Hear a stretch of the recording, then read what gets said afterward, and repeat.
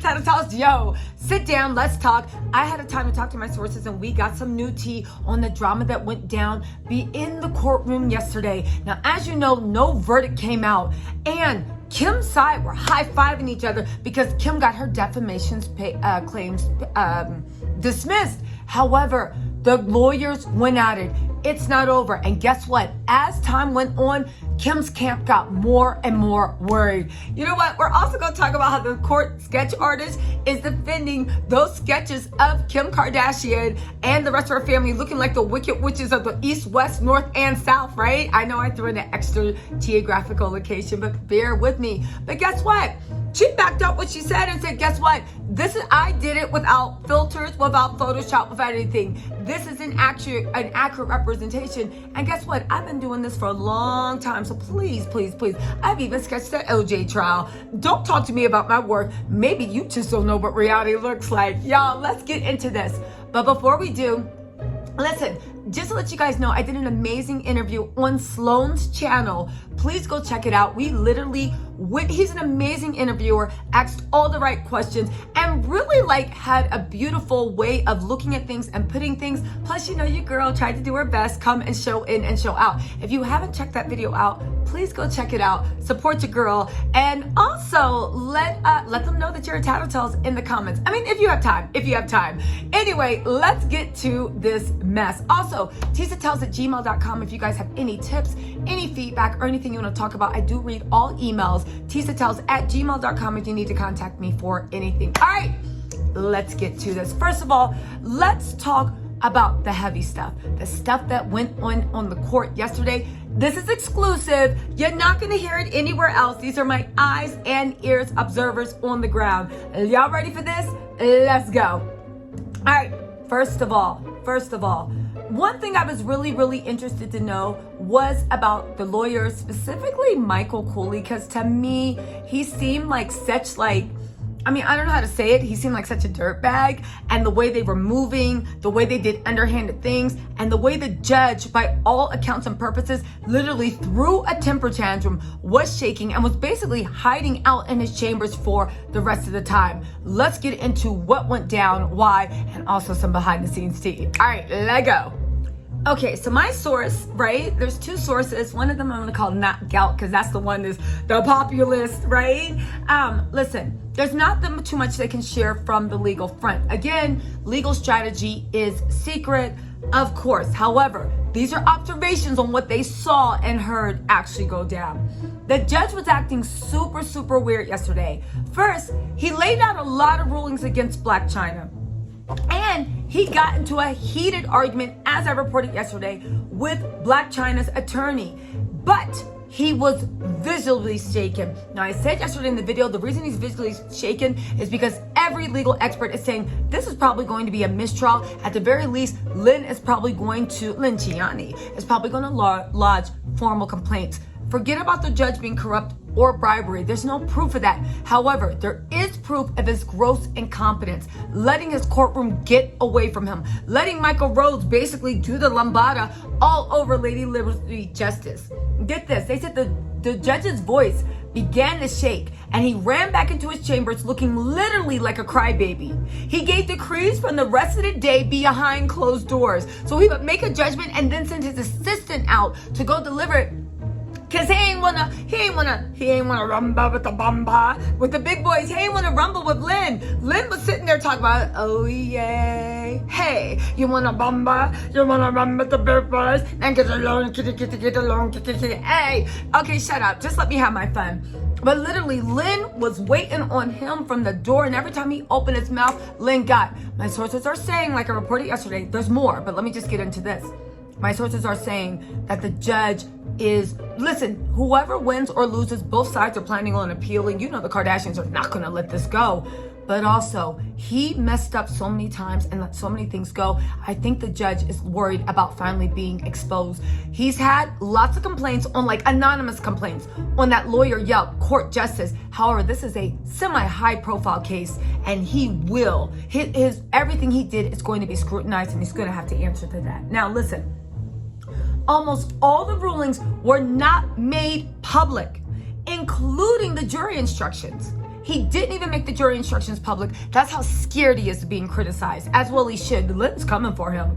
However, it does look like the judge took the verdict forms and jury questions completely from the Cooley law firm and none from Blac Chyna. Now, how would they know this? These are just court observers. However, given the jury instructions that were read, what happens with jury instructions is both sides can be like, listen, this is what I think the jury instructions can look like. This is what I think. The judge can take their advice. The judge can make their own. My sources are saying that the judge literally seemed like only to take the complicated Cooley instructions and not the simplified instructions from Blac Chyna's side. Literally, they said it looked to them that last day that it had become a one-sided Kardashian-favored kangaroo court. Everyone was waiting for the verdict, right? And there's a few other things, right? Now, these are their observations and they're exclusives, but I want to share what I hear because it just helps me get a better grasp of what's happening, right? So I asked them about the attorney, like, what is up with Michael Rhodes? Like, how's his whole demeanor? And they said, let's start with Michael. He's obviously a court bully. He got a job apparently because he was a defender, because he defended or has a history of working with Elon Musk and Mark Zuckerberg. Now, why is that important and why does my source even know this? Because he actually name dropped those names in front of the judge. And Judge Alcaron was like, oh my God, really? Elon? What? Oh my God. That's even how they know his work history because he was name dropping. Now, Michelle Doolin was also there. If you guys didn't know, it's alleged Michelle Doolin is Kris Jenner's personal attorney, right?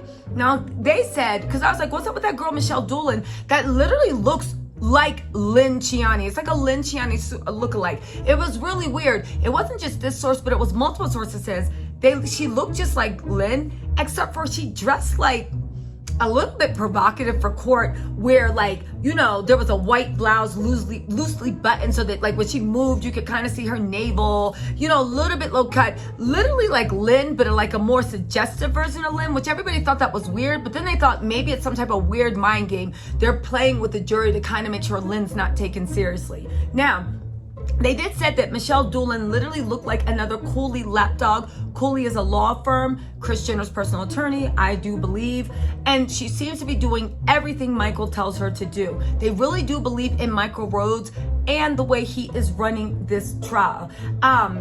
They also said that they think that he's surrounded to soften up Michael's image to the jury because Michael on his own comes like across, it's kind of like a sleazy Boris Johnson lookalike lawyer, right? Also, really quick, yesterday, Lynn Chyna and Michael got into a heated argument. There were no jurors around while the argument happened, but they were literally calling each other liars, schemers. They were going in on each other, and Lynn was like, this is not over. Lynn's like, you are a liar, Michael. You set those pics out on purpose. And Michael's like, no, you're the liar. Lynn went in on them. She took those kid gloves off. I do think a mistrial is coming if Chyna does not get what she wants. But there's a little bit more, right? Here's the thing. They said Chyna seemed to be doing remarkably well considering. They said she almost had a kind of like peaceful, kind of like goddess aura about her, where there was a lot swirling around and a lot of energy, but she just seemed very, very calm. Y'all know I'm in the zodiac. Maybe that was that Taurus earth energy coming through, right? Let's see what else was talking about, right? Oh, one thing that they told me that was this, I got this from 3 different people that wasn't reported. Do you know that Kris Jenner tried to plug her reality show during her testimony? And I guess she wanted that to be picked up so it could be circulated widely. It literally said, Kris Jenner, right? First of all, for now we're gonna call Kris Jenner Miss Ditch the Bitch, right? Miss Ditch the B Jenner, right? D the B Jenner, that's gonna be her new name. So Ditch the B said, the weirdest segues in history, everybody's reporting, is during her testimony, she plugged her new show on Hulu, owned by Disney. She said, yeah, because we have a new show on Hulu, Keeping Up with the Kardashians. And as you know, Hulu is owned by Disney. She really wanted the jury to know that they were under the Disney umbrella. But if you ever watch that behind the scenes, you know with Disney, you sure you want to claim that? She was utterly shameless. And she wasn't doing it to be ironic. It literally was a joke. Kris Jenner is always thinking about a way to plug in and get her money. But to the point is, they just seem so disconnected right now. Now get this. It's going to be interesting to see what the jury comes back with. This is what everyone's saying. They're going to go more into detail later, but let me just give you this. They think the Coley firm treated the jury like stupid little kids. You could see they dumbed down the presentation, and Michael was mostly trying to get on the jury's good side. Now, every lawyer does this, but it was almost to the point of being insulting, right? And they think that the jurors actually saw that and was a little bit annoyed. Now, I don't know anything, but I hope Lynn actually did speak to the jurors in the way they could too. But he said Michael went overboard with dumbing things down. And they have to say, respecting the jury and hoping that they move against the jury instructions and fill in the missing blanks left out by the court. That's what they are hoping the jury will do. Now get this. It also doesn't help that the questions that the Cooley firm devised were meant to confuse the jurors and keep them off track. But get this, and this is where the smalls started to slip. Lynn's side, of course, are hoping the jurors are smart and see through the charade.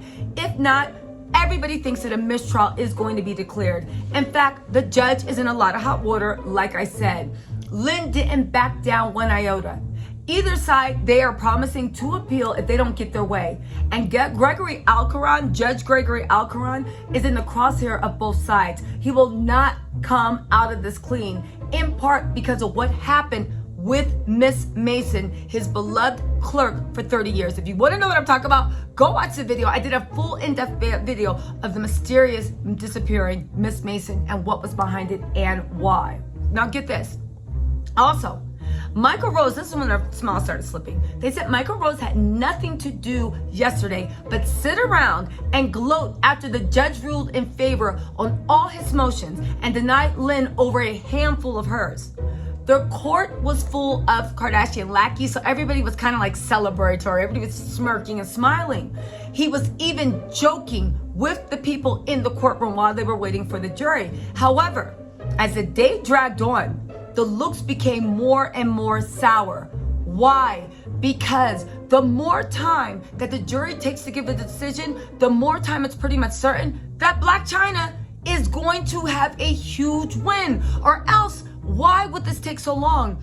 Because they're trying to calculate the damages. They're trying to calculate money. And they were praying that when they got all the decisions from the judge, the jury would come back out this Friday. The fact that the jury might be out on Monday is a bad thing for the Kardashians, which makes me think that's why they're saying, oh, they're going to be at the Met. Anyway, get this. The looks became more and more sour. Michael then started sending him and his employees, it looked like, to stalk people from the other side to see if they can listen in, find something, or I don't know, just appease his wayward soul. I don't know. But when it became obvious that the jury wasn't going to come out between the end of the day, y'all, Michael's whole game face, they were in a bad mood. Now keep in mind that the Cooley firm has gigantic resources and they're watching everything on YouTube, right? They're watching everything on YouTube. They're also watching public opinion because don't forget, what the Kardashians are known for is being famous. If they're not on public opinion, they're not on anything. Now get this, one last thing. Listen, one last thing. Everybody is talking about Blac Chyna's entourage, and everybody's talking about that Blac Chyna's entourage might even need their own show. My people, they don't know Blac Chyna. They don't know Michael Cooley. This is just a thing. They report, they're journalists, their secrets are good. They said Blac Chyna's entourage, they were shocked. They're all impressive and showed up in court for Blac Chyna. Now, I thought this was interesting because I thought Blac Chyna was in court alone. The way the media paints her makes it seem like it was just her and her mother, and when her mother said that she wasn't going to come back anymore, then all of a sudden it was just Blac Chyna sitting there alone. I was really pleased to hear that Blac Chyna has a heavy entourage around her, and they seem to be on it. They said they were hanging out in their room out of sight, but when they left court, you could really see who had the power. This is what the future should be paying attention to. These are the people that need to be interviewed because they were harmed just as much as Blac Chyna was. I wonder why they said that. I actually did text, why did you say that? But I haven't heard back from them, right? And the very one of those, and they literally said by the way their presence was, the aura, the way they were, because everybody was in the hallways during breaks, eavesdropping, looking at everybody, trying to see. They said that literally one person out of our entourage had more talent and charisma and just natural presence than all the Kardashians put together. One last thing that all the Kardashians put together.